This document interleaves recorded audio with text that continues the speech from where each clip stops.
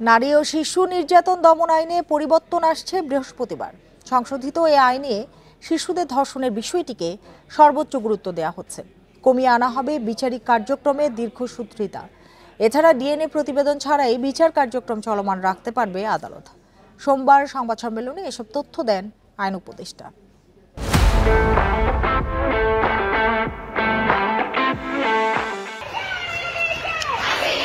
সম্প্রতি মাগুরাসহ দেশব্যাপী নারী ও শিশু ধর্ষণের ঘটনায় প্রতিবাদের ঝড় ওঠে। এরই ধারাবাহিকতায় বিভিন্ন সংগঠন ও শিক্ষার্থীরা বিক্ষোভ কর্মসূচি পালন করে।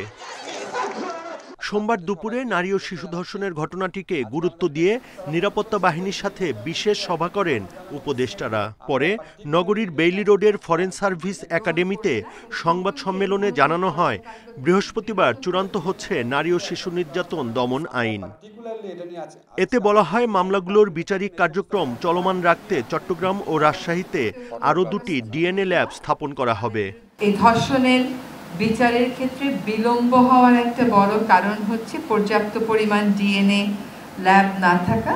এই মুহূর্তে একটি মাত্র আছে। আজকে সিদ্ধান্ত হয়েছে যে আমরা চট্টগ্রামে এবং রাজশাহীতে দ্রুততার সাথে আরও দুইটা ডিএনএ ল্যাব স্থাপন করব। আইন উপদেষ্টা বলেন, শিশু ধর্ষণের ঘটনায় বিশেষ ট্রাইব্যুনালের বিধান রেখে বিচার ও তদন্তের সময় কমানো হচ্ছে।